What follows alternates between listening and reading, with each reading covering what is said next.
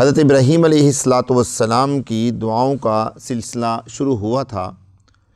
حضرت ابراہیم علیہ السلام نے ایک دعا تو یہ مانگی تھی کہ یا اللہ اس شہر کو امن والا بنا، اور دوسری یہ دعا مانگی تھی کہ یا اللہ مجھے اور میری اولاد کو بتوں کی عبادت سے بچا۔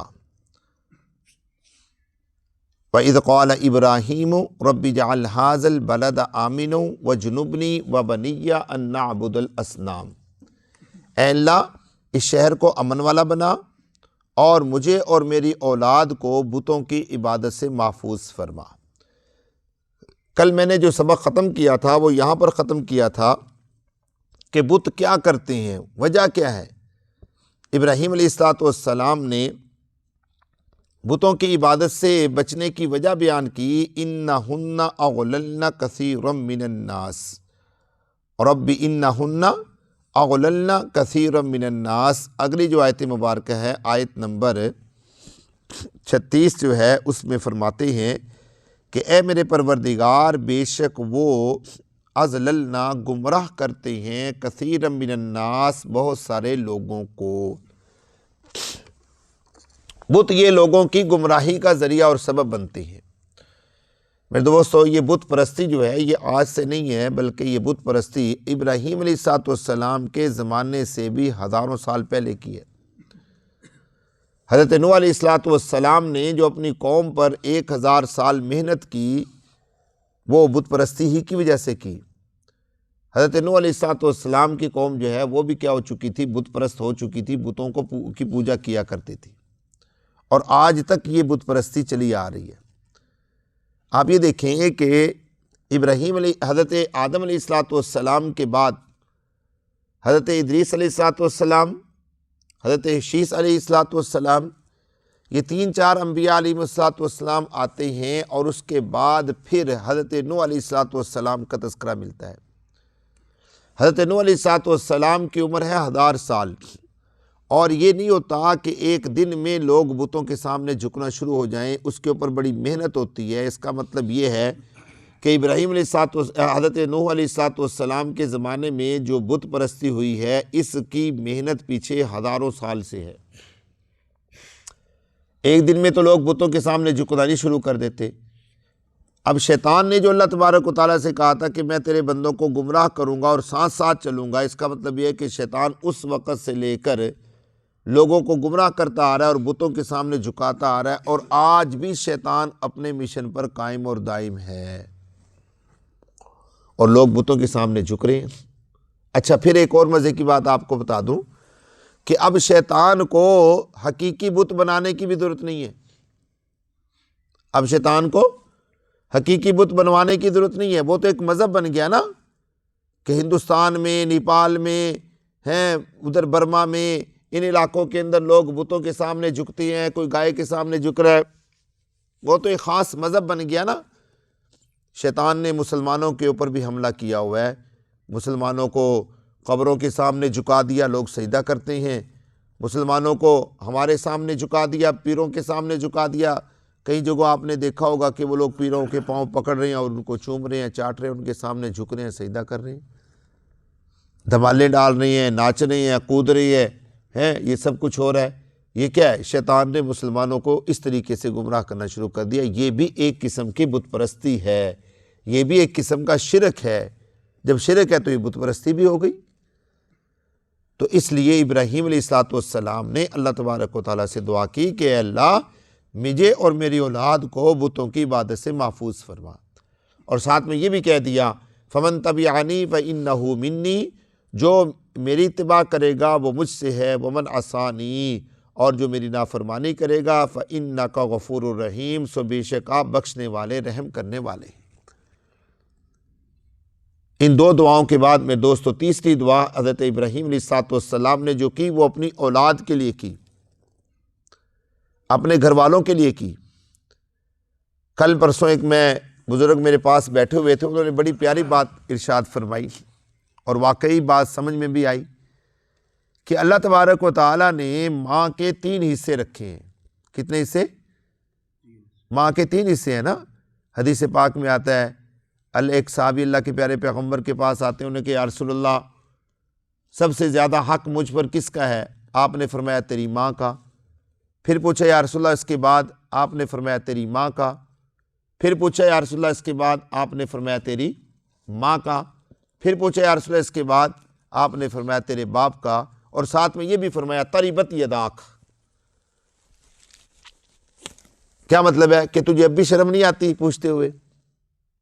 یعنی کہ ماں کے حق کو، باپ کے حق کو تھوڑا سا بیان کر کے اللہ کے نبی نے فرمایا ابھی شرم نہیں آتی ہے تجھے؟ نہیں سمجھے؟ تو اس سے پتہ چلتا ہے کہ ماں کے کتنے حصے ہیں؟ 3، اور باپ کا کتنا؟ 1۔ وہ بزرگ فرمانے لگے لیکن پورے ذخیرہ احادیث میں کوئی ایک حدیث بھی ایسی نہیں ملتی جس میں اللہ نے فرمایا ہو، اللہ کے نبی نے فرمایا ہو کہ ماں کی دعا قبول ہوتی ہے بیٹے کے حق میں۔ اللہ کے نبی فرماتے ہیں باپ کی دعا قبول ہوتی ہے بیٹے کے حق میں۔ نہیں سمجھے؟ یہ کہیں نہیں فرمایا حضور نے کہ ماں دعا کرے گی اٹھا کے تو بیٹے کی حق میں، ہاں یہ فرمایا کہ باپ دعا کرے گا تو باپ کی دعا بیٹے کے حق میں کیا ہوگی؟ اس کا مطلب کیا ہوا کہ اللہ نے ماں کو عزت اور مقام عطا کیا رحم اور شفقت کے اعتبار سے، اور باپ کو اللہ رب العزت نے مقام عطا کیا جلال کے اعتبار سے کہ اس کا غلبہ رہنا چاہیے۔ باپ ہمیشہ گھر کا کیا ہوتا ہے؟ بڑا ہوتا ہے۔ باپ کی دعا کو اللہ رب العزت نے کیا کیا؟ قبولیت عطا فرمائی۔ اس لیے یہاں پر بھی ابراہیم علیہ السلام کیا کر رہے ہیں؟ دعا کر رہے ہیں۔ اور دوسری بات ایک اور یہاں سمجھ لیجئے، بڑی قیمتی بات ہے، ماں دعا کرے گی وہ کس کے لیے کرے گی؟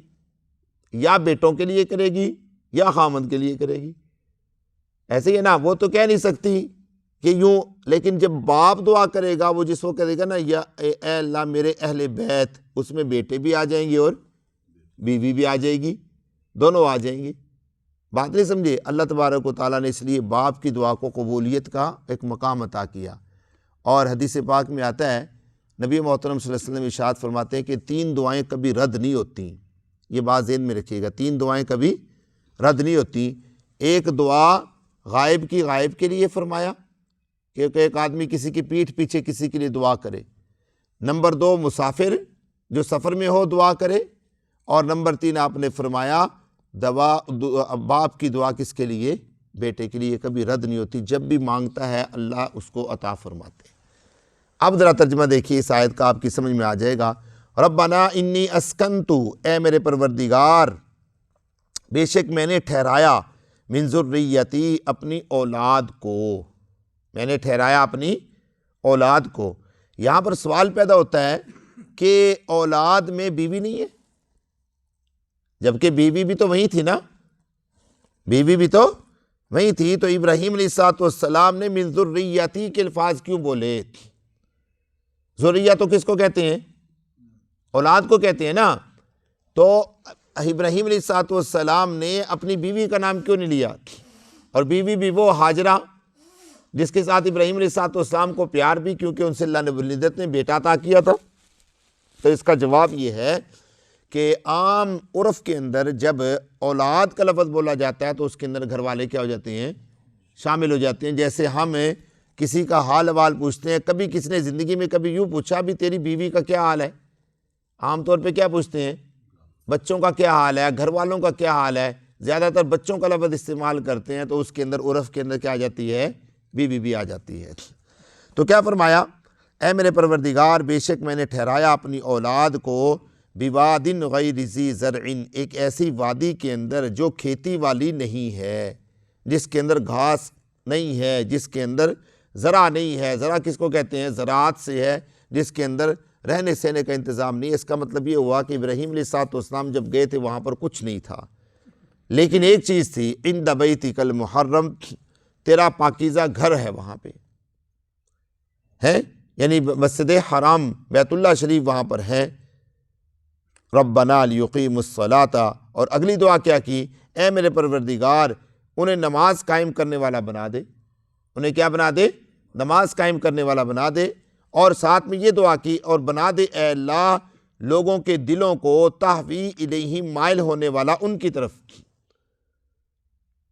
اس کا مطلب یہ ہوا کہ اچھا اگلا ترجمہ دیکھ لو، پھر میں ایک بات کروں گا، بات ختم ہو جائے گی۔ وَارْزُقْهُم مِّنَ الثَّمَرَاتِ لَعَلَّهُمْ يَشْكُرُونَ، اور اے اللہ ان کو رزق دیجئے پاک پھلوں میں سے تاکہ وہ شکر ادا کریں۔ میرے دوستو اس دعا کو ذرا غور سے دیکھیں۔ اس دعا میں ابراہیم علیہ السلام نے 3 چیزیں مانگی ہیں۔ نمبر 1، اے اللہ میری اولاد کو اچھی رہائش عطا فرما، اے اللہ میری اولاد کو اچھا رزق عطا فرما، اے اللہ میری اولاد کو دنیا میں عزت عطا فرما۔ کیوں جی ایسی ہے؟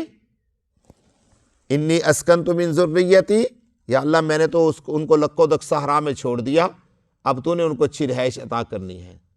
نمبر 2، فجعل افئدۃ من الناس، اے اللہ لوگوں کے دلوں کو ان کی طرف مائل کر دے تاکہ ان کے لوگوں کے دلوں میں ان کی عزت آ جائے۔